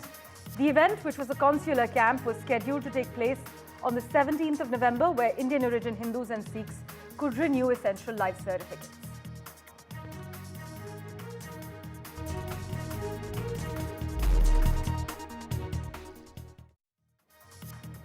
It's 10 a.m. You are watching NDTV 24/7. I'm Parmeshwar Bava. A big focus at the moment, a man has been arrested for threatening Bollywood actor Shah Rukh Khan. Police has confirmed now. Mohammad Faizan Khan, a lawyer, was arrested from his residence in Chhattisgarh, Raipur, for making a threat call to the actor and also demanding 50 lakh rupees. As per the latest details that my colleague Radhika Ramaswamy has shared, he was arrested after he failed to appear before the Mumbai police. Let's go across to Radhika Ramaswamy for the latest details. Radhika, what details can you disclose to our viewers currently? That's right. The man who allegedly threatened Shah Rukh Khan has been arrested. In fact, it was a call that was received by Bandra police just a few days ago, in which the caller asked for rupees 50 lakh in a ransom and said that if he doesn't receive the money, he will kill the actor, and identified himself as Hindustani. Of course, further investigations revealed that this is a lawyer from Raipur, Chhattisgarh, after which, of course, the police teams were deployed from Bandra. They reached Raipur this morning. They had been questioning this man as well. Faizan Khan, in fact, had informed Mumbai police, post the case was registered, that he won't be in a position to get to Mumbai as there is threat to his life, and that he would virtually be a part of interrogation session with the police. However, the Mumbai police there in Chhattisgarh making that arrest and also seeking transit remand. Of course, he will be produced before a court there, after which he will be brought to Mumbai and questioned by the Bandra police. The man, Faizan, in question had earlier said that his phone was stolen and it was not him that issued that threat to Shah Rukh Khan. But we know for a fact that there is a history as far as this individual, Faizan Khan, is concerned. He had earlier too complained against the actor over a film's dialogue that it led to enmity between two communities. It hurt sentiments of people and so on. So therefore, there is an acrimonious history as far as this man with SRK is concerned. So now, of course, right, this Radhika, man has been arrested. But does he have any interrupting connection you? to any We also gang have member? with us the Additional DGP from Maharashtra, PK Jain, over the phone line. Radhika, please do stay on with us while I revert to you. Mr. Jain, a threat after threat, first with a series of threats as far as actor Salman Khan is concerned, then Shah Rukh Khan. The fortunate thing is one person has been arrested, but what exactly can law enforcement do to sort of tackle this issue? Ji, namaskar. Thank you so much for asking me for my reaction. My reaction is very simple. See, there was some threat to Salman Khan from a particular gang. Now, taking advantage of that threat and some actions which were taken to further that threat, a number of other people have started making hoax calls to the Mumbai police and to all over the place. I think we should play these incidents down. Do not give them publicity, because the moment you start giving them publicity, more and more people get attracted. They think that they can get away with this kind of a prank. So these hoax calls will also dilute the police threat perception, in the sense that once the police personnel become used to this kind of a threat, then sometimes this can be very fatal, and the next attempt can be very fatal. So I think the police department per se, the ones who receive the threat, they should play it down, keep it to themselves, investigate the case and take proper action against the person concerned. But publicizing this will only aggravate their own problems, because more and more people will think that they can make hoax calls and get away with it. Mr. Jain, thanks so much for joining us with your quick comments. Well, Radhika, that has been brought up as well, the fact that many may be taking advantage and misusing the opportunity to issue these death threats. But are we aware of the time that the cops will produce the accused in court today? Most likely at 11 is when this man will be produced before a court in Raipur, after which, of course, there will be a transit remand that will be sought, and then he will be brought to Bandra, where he will be questioned in detail as to what exactly drove him to perhaps make this call, and whether there was anybody else behind this call. Was he associated with any gang member? Was there any association to Lawrence Bishnoi gang? Is something that the police will try to find out. And yes, as the former top cop is pointing at, not all calls could be genuine, or rather could have any sort of connection with any gang. It could be hoax calls, it could be mischief calls, it could be some pranksters trying to gain attention, especially since Baba Siddiqui murder case. Mumbai police not taking any of these calls lightly. We know that Salman Khan received at least 4 calls in a matter of 2 to 3 weeks, and several of them were, people from different parts of the country, either vegetable sellers or, daily wage workers, people arrested from Karnataka, from Noida, from some parts of UP, and they did not have any direct associations with any of the gang. Of course, investigations are still going on as to ascertain if at all they had any sort of allegiance to gang members, but that is something that has not been proven. So clearly means that these are callers, who are trying to gain some sort of attention, and also because driven by, multiple calls, an escalation of sorts that we've been seeing over the last several weeks, and 4 calls at least being made to Salman Khan in the last 2 to 3 weeks. Now, of course, Shah Rukh Khan also received a similar threat, but people are being arrested. But really, will these call nuisance end in the days to come? Are these callers, do they have any sort of allegiance or association with any gang member, or are these mischief calls? And how the Mumbai police decides to tackle many of these callers, that is something that we'll have to wait and watch out for. But at this point, yes, a man has been arrested. Now, what his association? Does he have any association with any gang member? What his motivations were? Who drove him to make that particular call to target Shah Rukh Khan? All that is a matter of investigation. But as I said earlier, this has definitely increased the headache for Mumbai police ever since the threat was received by Salman Khan, genuine threat by Lawrence Bishnoi gang members, and of course the firing outside his residence, and then of course Baba Siddiqui murder. It's only escalating and the calls are only increasing. So it is really difficult to differentiate between the callers who, who have any sort of association with any gang members, who really want to allegedly hurt any of these actors, or the ones who are just doing this to gain attention. that, differentiation is something that the Mumbai police is finding it difficult to do at this point, but no calls being taken lightly and arrests being made as far as many of these threat calls are concerned. Right, while the investigation is underway, last October, Radhika, the Mumbai police had upped Shah Rukh Khan's protective cover, giving him Y+ security cover. As things stand right now, what is the security cover that Shah Rukh Khan has? That's right. Shah Rukh Khan also has the Y+ security. So does Salman Khan. This after a series of threats Salman Khan received and the firing outside his residence. Although his security for quite some time had been Y+, I'm talking about Salman Khan, the number of cops within the security apparatus increased. Even for Shah Rukh Khan, as a result of some threats issued with respect to his film last year, his security was also enhanced. So yes, both the actors enjoy the highest security, over the last couple of years at least. But yes, security being enhanced as far as both the actors are concerned, and especially after Baba Siddiqui murder. We know that both Salman Khan and Shah Rukh Khan have had close associations and relations with Baba Siddiqui, and which is why the security has been enhanced, and which is why Mumbai police not taking any of these callers, threats and messages lightly. Right. Remains to be seen what the investigations will further reveal. As always, Radhika, thank you so much for joining us with the latest information you've accessed. With that, let's get you the other big story we're tracking. The Enforcement Directorate is raiding multiple locations in pole-bound Jharkhand, apart from West Bengal, in a money laundering investigation linked to alleged illegal infiltration of Bangladeshi nationals, as per our sources.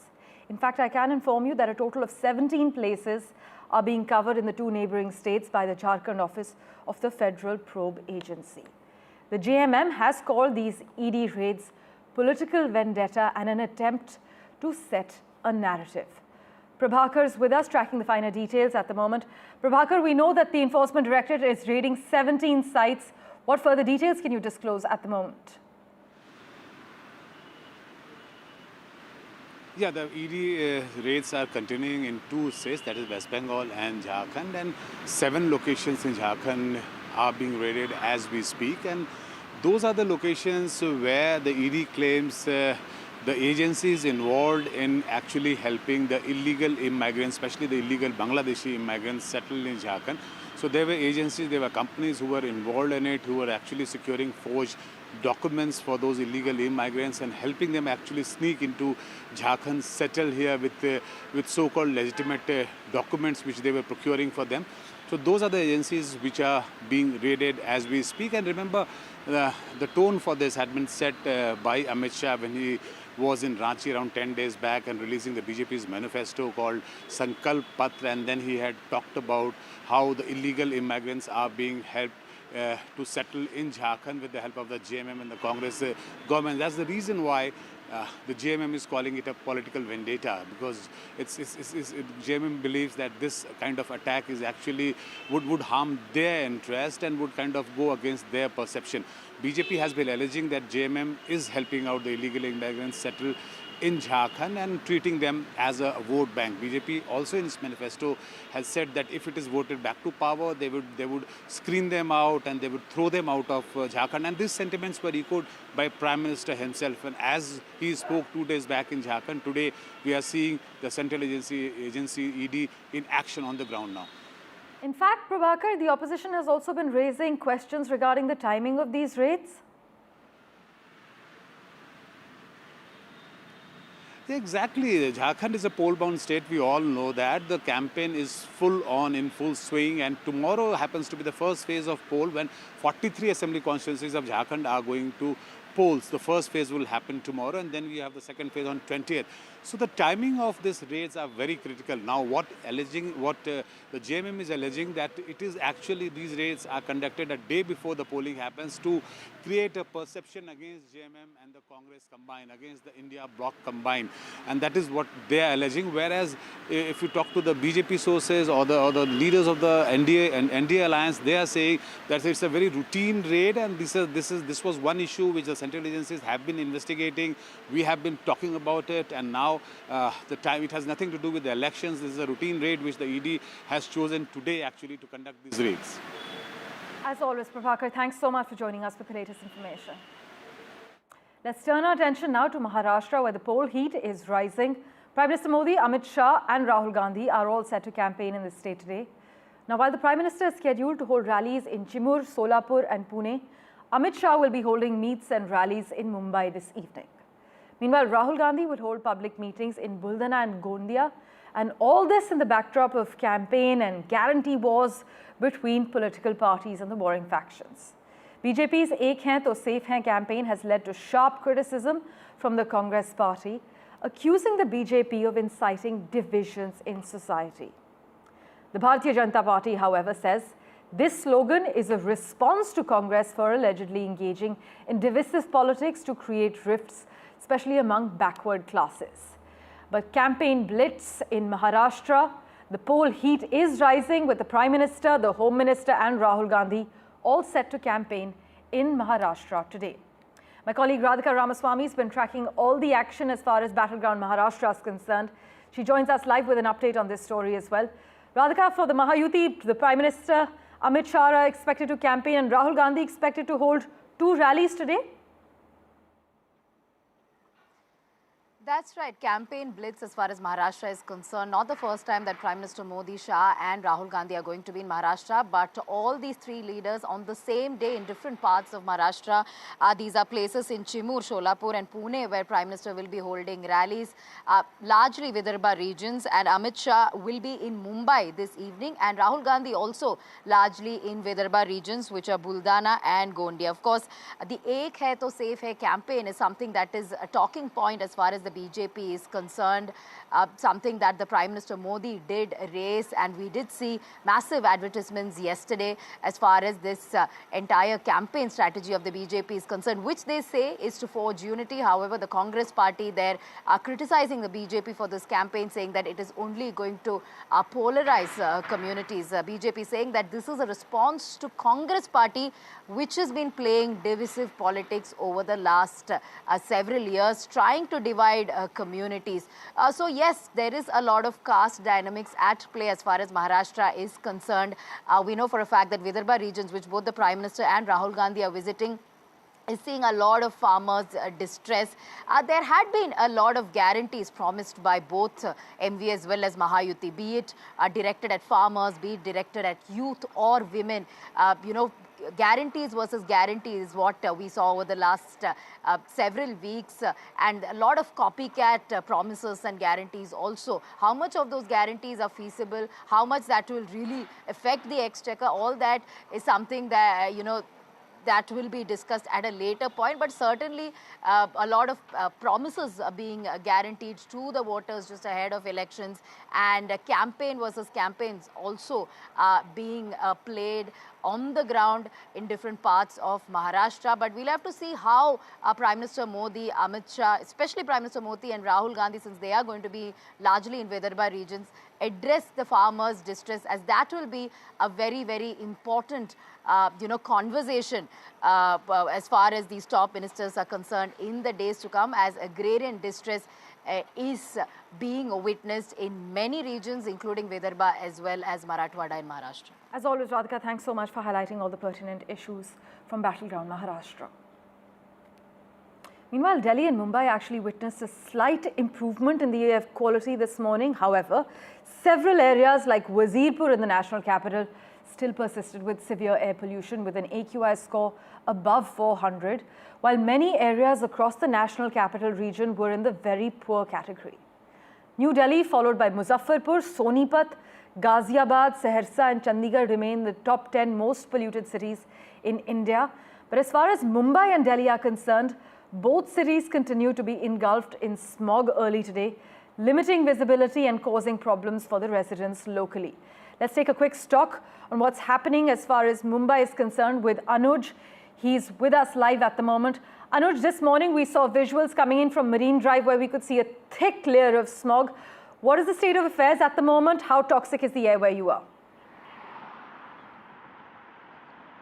I would like to show you the state of affairs here. I'm standing at the entry point of the Bandra-Worli sea link, and my camera person is zooming in the Worli region of the city, and this is a gateway to the southern part of the city, considered to be relatively cleaner when it comes to air quality. But you can see that the smog which usually engulfed the city and has been doing it for the last 1.5 months in the early hours of the morning, and then situation eventually gets better as we inch closer to the noon, does not seem to be happening in the last few days. Although, speaking about numbers, relatively the air quality has improved a little bit, because the air quality index, on that particular parameter, Mumbai stood at 150, 152 in the morning, which falls in the category of moderate quality. But then the pollutants in the air are spreading across the city, and we are seeing that earlier what was the case is not the case now. When I say that, I mean that earlier we would see that regions like Andheri, regions like Bandra, Kandivali, Kolaba, all of these were the pockets which would experience way worse air quality as compared to the several other regions. But what we're experiencing in the last couple of days is that the air quality across the city is coming down, and that is going to be a challenge in front of the authorities. This, especially happening during the poll season, is another challenge in front of the BMC, because all the guidelines which were introduced by the BMC to counter the rising air pollution in the city in the last 12 months will be tested now, because the majority of the BMC volunteers are busy with the poll work. We saw how the BMC is very, is very importantly looking at the elections. They're looking at increasing the voter turnout in certain pockets of the city, and that is where the majority of their attention will be. But at the same time, we are seeing that they are trying to, have sprinklers in different parts of the city, just so that air quality can become a little better than what was the case a few months ago. But, it is showing little to less results, at least as of now, and the situation is expected to become slightly worse as we approach December. As always, Anuj, thanks so much for joining us with that ground update. It's going to get worse before it gets better as far as Mumbai is concerned. But in terms of Delhi, the Supreme Court had sharp words for the Delhi police and demanded immediate action to stop the sale and bursting of firecrackers as well, because an annual activity, it defies the existing ban, and even days after Diwali, we're observing sharply high rates of toxicity as far as the air is concerned. Areas like Wazirpur in the National Capital Region recorded the severe air quality this morning. Many areas around the National Capital were actually in the very poor category. Shreya Ghosh went around to take a stock as far as the National Capital is concerned. Listen into her report. Well, the Delhi's air quality continues to plummet, turning this fight for clean air into a full-blown public health crisis. We have not seen a single good air day in this entire year. And ever since Diwali, the AQI has been consistently in the very poor category. Today as well, the AQI is hovering somewhere around 335, which is of course in the very poor to severe category. And some of the densely populated areas like Jahangirpuri, Anand Vihar, Rohini has recorded over 400 AQI, which is extremely hazardous for people's health. It can cause severe breathing and respiratory issues, which can later, of course, develop into serious ailments like COPD, and vulnerable people like the senior citizens, pregnant women and young children are more susceptible to developing pollution-related illnesses. And right now, let me tell you that I am in Noida, and we know that Noida, Greater Noida areas have recorded slightly better AQI than Delhi, but it still reels under poor air quality. And recently we have seen this anti-smog tower, which is the single and largest anti-smog tower in Noida that was installed back in 2021, has been removed, and it has left the residents and environmentalists questioning the whole effectiveness of this particular anti-smog gun and the transparency about its future, because it has been abruptly removed, overlooking the potential effect on the residents here, the potential effects of the pollution on the residents, because of course the anti-smog tower was installed to curb the pollution levels and provide cleaner air for people to breathe. But if we talk about Delhi, we know that yesterday the Supreme Court has lashed out at the Delhi government and asked the Delhi government to give a permanent solution to this increasing pollution levels and the ineffectiveness of this cracker ban. By November 25th, the Delhi government has to give a permanent permanent solution to the court. And other than that, we know the main culprits of this pollution is vehicular emission, for which the Commission for Air Quality Management has urged MCD officials to increase parking fee to enforce that all the cars have pollution under control norms, and they are also stop the end of life vehicles, which are old vehicles. So these kind of small reactive measures have been taken to curb vehicular pollution, which is the largest contribution to air pollution in the national capital. With camera person Arun Negi, this is Shreya for NDTV Delhi. Well, in other news, filmmaker Ram Gopal Verma has been booked in Prakasam district for allegedly posting morphed images of Andhra Pradesh Chief Minister N. Chandrababu Naidu and Deputy Chief Minister Pawan Kalyan on social media during Vyuham's promotions. The complaint was filed by TDP Mandal Secretary Ramalingam, accusing Ram Gopal Verma of tarnishing the reputation of several TDP leaders, including Chief Minister Naidu, his son Nara Lokesh, his daughter-in-law Brahmani and other Telugu Desam party members. Uma Sudhir reports. So filmmaker Ram Gopal Verma has been known to be a long-time critic of Chandrababu Naidu and his family members as well. And he had in fact made a film called Vyuham just before the elections and released it just before the simultaneous elections to both Assembly and Parliament in Andhra Pradesh, in which he had kind of mocked, criticized, or should I say made caricatures of Chandrababu Naidu, his son Lokesh, his daughter-in-law Brahmani. All of them were featuring in that particular film, or rather it seemed like they were being featured in that film and being made fun of. And you know, over a period of time, he has always been a critic of Chandrababu Naidu and been seen, in fact, as a supporter of the YSRCP. And in the earlier, he had also made Lakshmi's NTR about Lakshmi Parvati, who was the wife of was wife of N.T. Ramarao. And at that time, the 1995 coup, all of that he had picturized in a film, and it was showing Mr. Chandrababu Naidu in a negative light. The present FAR now has fueled speculation whether he would be arrested, but this must be seen as the larger crackdown that the coalition government in Andhra Pradesh is taking up on social media harassment, cyber stalking, as well as cyber kind of derogatory comments that are made on social media as well. And many YSRCP activists and also some TDP activists have been taken to book for this. And some of the so-called social media influencers who are supporters of YSRCP, including an actress, have in fact put out videos publicly apologizing for the content that they had put out earlier and saying that they had done it on the directions of the political leadership of that time.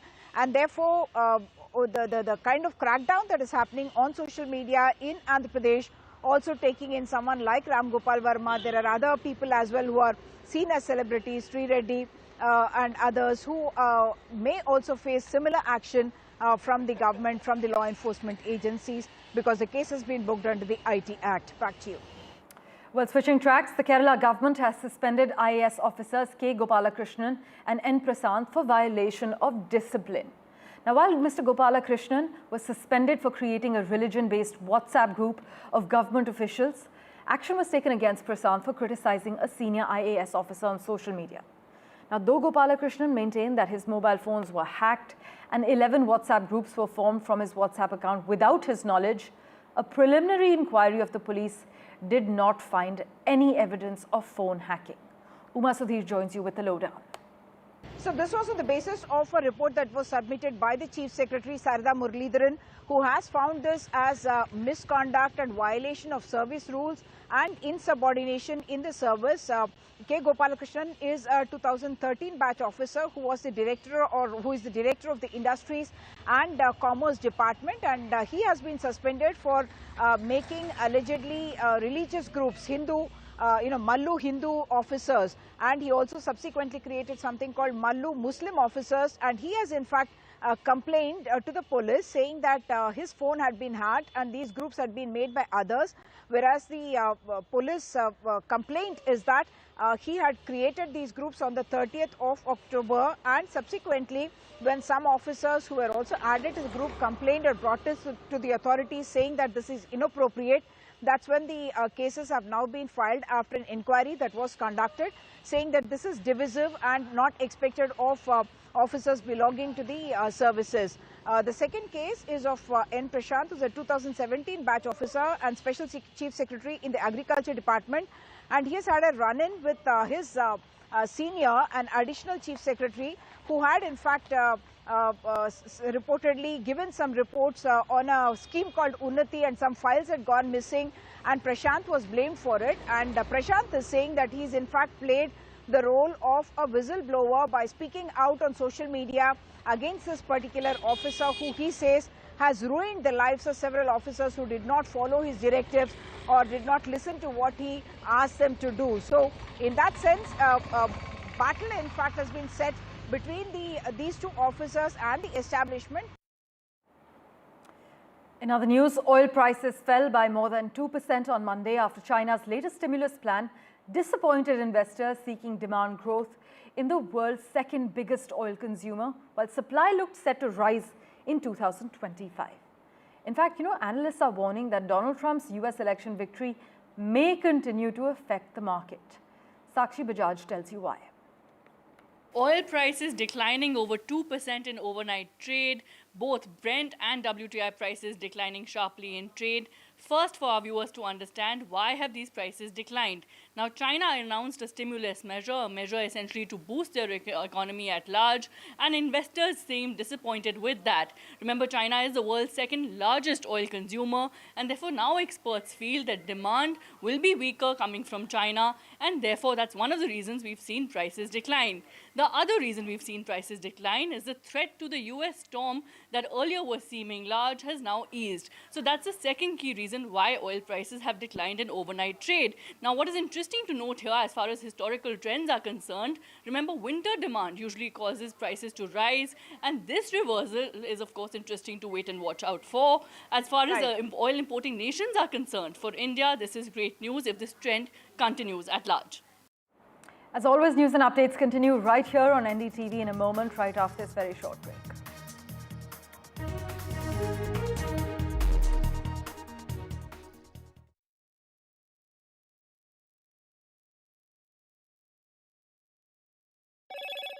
Hello, Moto. Motorola Edge 50 Pro, world's first AI-powered pro-grade camera.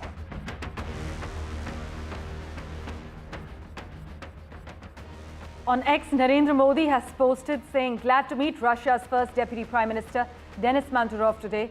Happy to see that teams on both sides are working together to implement decisions taken during my recent visits and meetings with President Putin to further strengthen India-Russia special and privileged strategic partnership.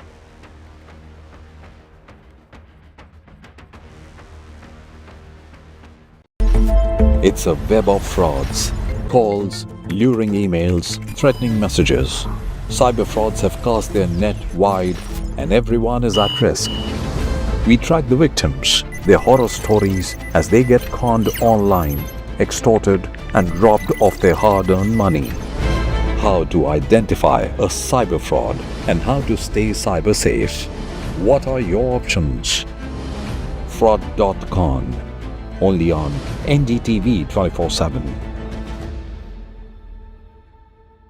I've been reporting on all issues, big and small, from Andhra Pradesh, Telangana, rest of South India, bringing you all the action, all that you need to know, all that you want to know. The energy of Maximum City is infectious. I bring in that energy in our news coverage from financial capital Mumbai. India's IT capital is always buzz. It's literally a city that never sleeps. And I keep you ahead on all the Bengaluru buzz. Covering from the southernmost part of India over the last 23 years, I bring in-depth and 360-degree coverage from the Dravidian heartland. The land of Mishti is also known for its bitter politics. I have seen much water flow under the Howrah Bridge, covering Bengal in all its vivid colors.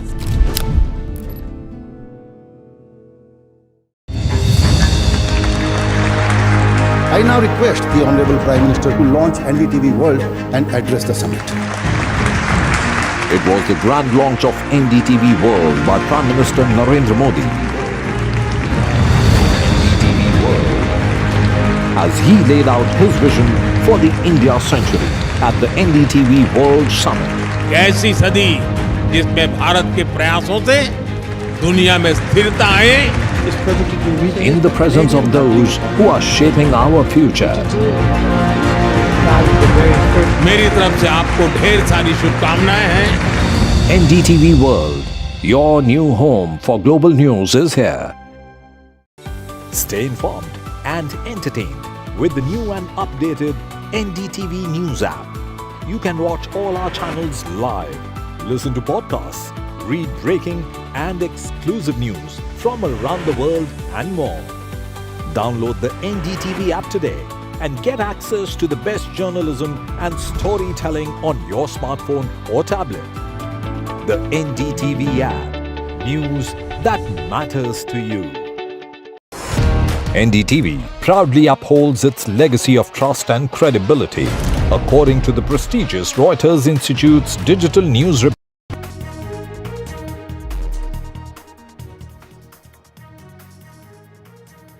Welcome back. Amid fears of extremely high level of violent protests, Brampton Triveni Community Centre has cancelled life certificate event that was actually scheduled to take place on the 17th of November.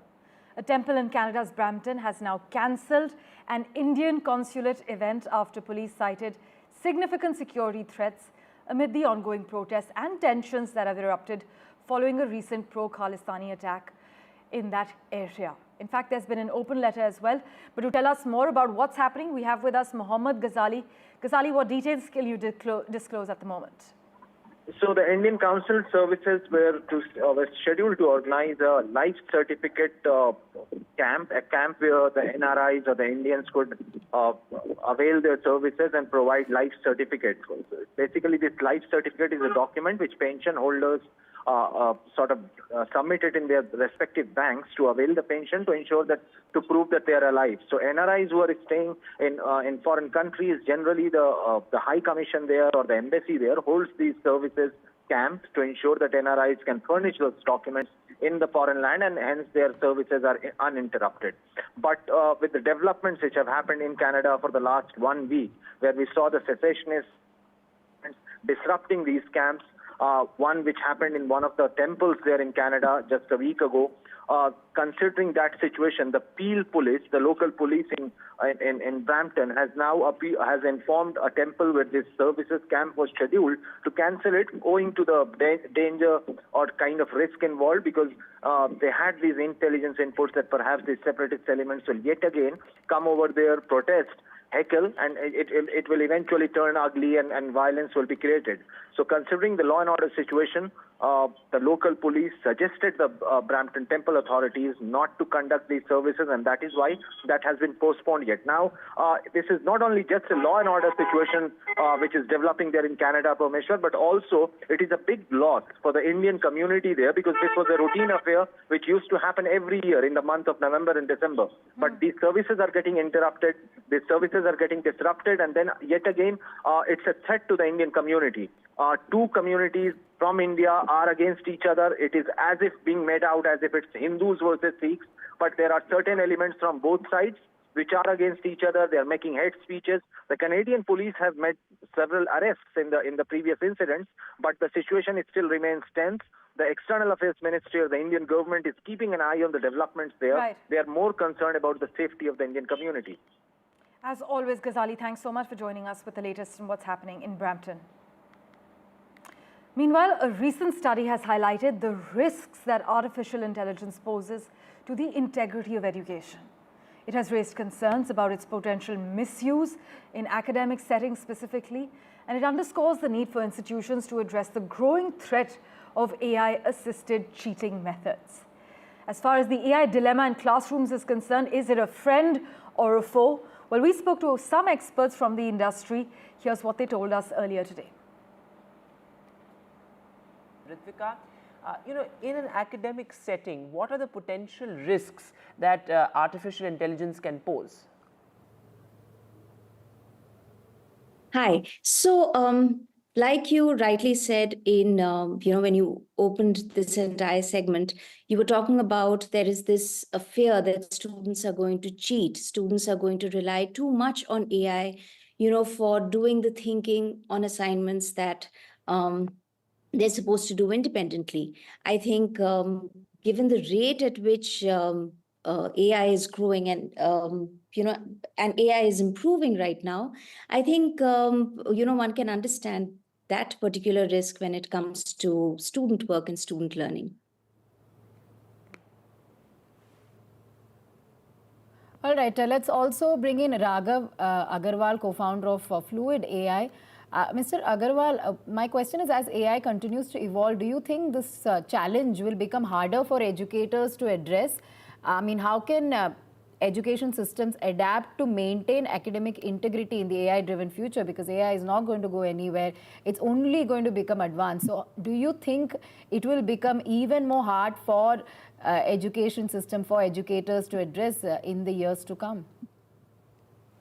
Yeah, so I think one thing is this is like a fundamental shift, right, in how the world works. So I think what educators will need to do is the assessments now cannot be like the assessments of the past, right? I think we were working with one college wherein the professor has now made the assessment a skit. So it's something, a play that the students are performing rather than the traditional case study, because you're like, that's something ChatGPT can do. But the emotion, the creativity, the presentation of a skit is still something that needs that human element. So I think what we need to be aware of is that we need to enable students to use AI effectively, disclose when they are using AI, if it's part, if it's full, etc. And third, be creative in our assessment so that we really can test the students still, because the old way of assessment is not going to work anymore. Let me also get Ms. Zinia Behel on this. Ms. Behel, of course, there are global norms now coming up as far as AI regulation is concerned. But at what level do we need this regulation? At this, as far as AI in an academic setting is concerned, does it need to be more awareness-based, or do you think there has to be some sort of punitive measures that need to be brought in as well? So it's a very interesting question, and let me start with one thing, right? We talked about the threat. I want to clarify one thing. AI in itself is not a threat, and AI is a very broad term. It covers machine learning, it covers neural networks, it covers large language models, and all of them serve a specific purpose, right? When you talk about academia and when you talk about the threat to sort of the education sector or threat in the education sector that has posed because of AI, that's specifically related to plagiarism and using AI to submit essays. While universities such as mine, we have tools. An example is Turnitin to catch plagiarism, right? But AI and generative AI keeps getting better, right? Your neural networks improve based on the data that's fed into it, and over time, you have seen the capabilities of AI with deepfake in elections, right? Being able to imitate Taylor Swift, Joe Biden, and all of that. So AI will continue to get better, and technologies have to catch up to be able to detect AI in papers, in other submissions. Mr. Agarwal, how can educators or perhaps institutions detect when AI has been used to complete coursework or assignments? Are there reliable tools or methods? We know that AI is an opportunity, it's not all threat, but are there tools or methods perhaps that can be devised, or is there to distinguish AI generated work with genuine coursework? No, I think that's a problem we've been grappling with since ChatGPT came, right, in 22. Is the detection good enough? And there are a lot of tools which are claiming that they can do it, but it's a hit and a miss, right? Because a lot of times you are seeing, like even in the testing, you are submitting human related, it's saying it's AI related, and that kind of false positive can sort of be really demotivating to a student, right? So there's nothing that's 100% accurate. I think most of the tools out there are on a continuum of accuracy, some more accurate than others, but there's nothing that says it's 100%. So I think a lot of this is not about the tooling per se. It's about a culture, about a ethical framework, wherein we sort of tell our students that, yes, you will have these tools throughout life and they're going to get better and better, but you need to sort of have the skill set to do it on your own, and you need to have the wherewithal to tell what you have used, when you have used it. Meanwhile, the Arab Islamic Summit kicked off yesterday afternoon on the 11th of November in the Saudi Arabia capital Riyadh to discuss Israel's ongoing war in the Gaza Strip and Lebanon. Saudi Crown Prince Mohammed bin Salman demanded Israel stop its military aggression in Gaza and Lebanon. This was in his opening address before Arab leaders, referencing, and I quote, Israel's genocide of Palestinians. His comments came just days after Qatar stopped mediating negotiations, temporarily though, between Israel and Hamas because of both sides' unwillingness to engage constructively. But Saudi Arabia has been careful to present a unified Arab front when it comes to the Palestinian cause. One expert on record, making Riyadh unlikely to fill in as chief mediator, has actually said. But the incoming Trump administration will likely pressure the kingdom to normalize relations with Israel. But those talks are foundering, with the United States and Saudi Arabia now discussing a bilateral security deal, as per multiple reports. But let's turn our attention to the other crucial story we're tracking. This year, the world is on pace for 1.5 degrees of warming and is headed to become the hottest year in human civilization. 2024 is on track to be the hottest year in history, with temperatures hitting shocking new highs, the World Met Organization has just warned. In fact, a report released on the opening day of the UN Climate Change Conference COP29 that reveals that from January to September, the global average temperature soared 1.54 degrees Celsius above pre-industrial levels. This alarming spike, driven by a fierce El Nino and the relentless rise in greenhouse gas emissions, is now pushing our planet past dangerous tipping points, and the consequences are already unfolding. The clock is ticking on climate change, and the heat is only rising. Just listen in to what the World Met Organization's Secretary General had to say. And this is another SOS to the planet. The State of Climate Update confirms that 2024 is on track to be the hottest year on record, hotter even than 2023, which smashed all previous records. 2015-2024 will be the warmest 10 years on record. The pace of climate change in the space of just one generation is alarming. And joining us for further clarity, we have with us climate change expert Nagraj Adve. Thank you so much, sir, for making time for us on the World 24/7. A crucial aspect is the unprecedented temperature increase, right? I mean, the average global temperature for the first 9 months of 2024 exceeded the pre-industrial level by 1.5 degrees Celsius. Mr. Adve, take us through the stark findings of this latest report. Well, this latest report is an update on the report that they had a few weeks ago, and it touches upon the core of climate science and its impacts. So, for instance, it covers the levels of carbon dioxide in the atmosphere in 2023, which was 420 parts per million. And it also covers as you just mentioned, the average rate of warming in the last 9 months, which is about over 1.5 degrees. It talks very worryingly about, so you see a lot of the heat trapped by greenhouse gases goes into the oceans. And this report tells us that over the last 15 years, it has trapped the heat equal to 18 times the world's entire energy consumption. It's not just electricity consumption, it is all the energy consumption. That is to say, besides electricity, your cars, your industries, your ACs, everything all over the world, 18 times has gone in the oceans. It talks about the loss of glaciers, which is equal to the water of 5 times the volume of the Dead Sea. We are talking about massive, massive kind of changes and impacts. And what's also worrying, I should point to 2 things, which maybe the report doesn't talk about, is the fact that last year in 2023, the land sinks, that is to say the forests, trees, grasslands, etc., which normally take in about 8 billion tons of carbon dioxide, hardly took in any at all. It was close to zero. So what that implies is that 8 billion stays in the atmosphere, causing much further warming. That's really, really worrying. And secondly, we've got these massive ecosystems and ocean currents that are slowing down, whose impacts are even beyond our imagination, and in particular, an Atlantic current called the AMOC. So this year has been just terribly worrying, and this report and this update released yesterday sort of captures the essence of what's going on. It is rather alarming indeed. Ms. Salve, one cannot ignore, though, that a backdrop of war and upheaval also hangs over the talks that are happening in Azerbaijan as we speak. As things stand, would you say we are on the road to ruin? Well, I wouldn't like to use the word ruin because it has a kind of doomsday aspect about it. We certainly are on a very, very grave road. Crossing 1.5 degrees is no joke because every 0.1 degrees of warming means accelerating impacts. It means that if we stay at 1.5 degrees Celsius. So let me just point out that this temperature in the report also includes a slight factor of the El Nino, which is this Pacific Ocean current, which also contributes to warming, but only contributes to a degree.